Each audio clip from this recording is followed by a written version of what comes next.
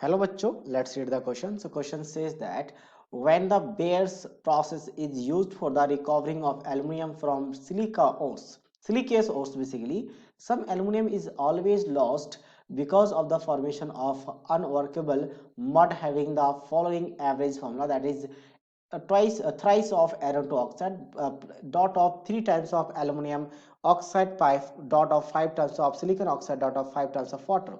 Since aluminum and the sodium ions are always in the excess in the solution, aluminum और यहाँ पे क्या आपके पास सोडियम आयन जो है एक्सेस रहता है सॉल्यूशंस में, from which the precipitate is formed. The precipitations of the silica in the mud is complete.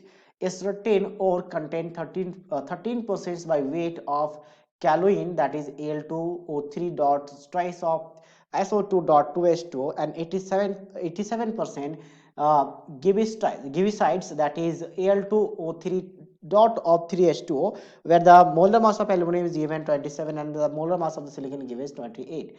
And the question is asking that how many moles of aluminum oxide is present per mole of ore, यानी ओर के एक मोल में कितना aluminium oxide present है हमें calculate करना है, जिसमें से यहाँ पे दो डाटा गिवन है कि 13% के आपके पास ये वाला कंपाउंड्स है और 87% ये कंपाउंड्स है, इन दोनों में हमें कैलकुलेट करना है बेसिकली.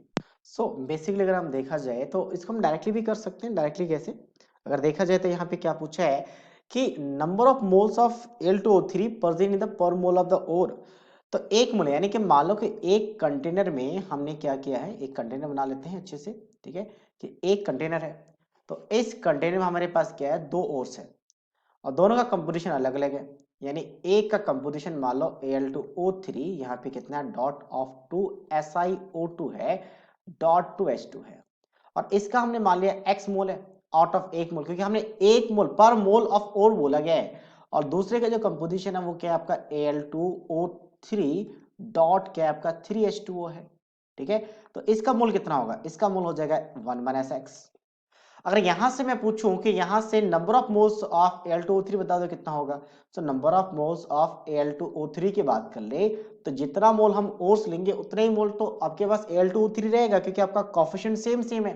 ठीक है, तो ये पूरा कंपाउंड्स कितना होगा, अगर x मोल लिया है तो x मोल ही बनेगा.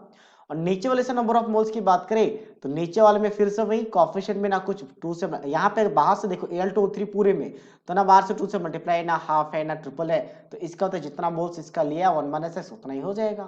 तो टोटल नंबर ऑफ मोल्स पूरे ओर में यानी मिक्सचर में इन दोनों का तो x प्लस ऑफ क्या हो जाएगा 1 - x, यानी कितना का 1 आ गया. तो विदाउट एनी कैलकुलेशन कह सकते हैं option A is the right answer of this question.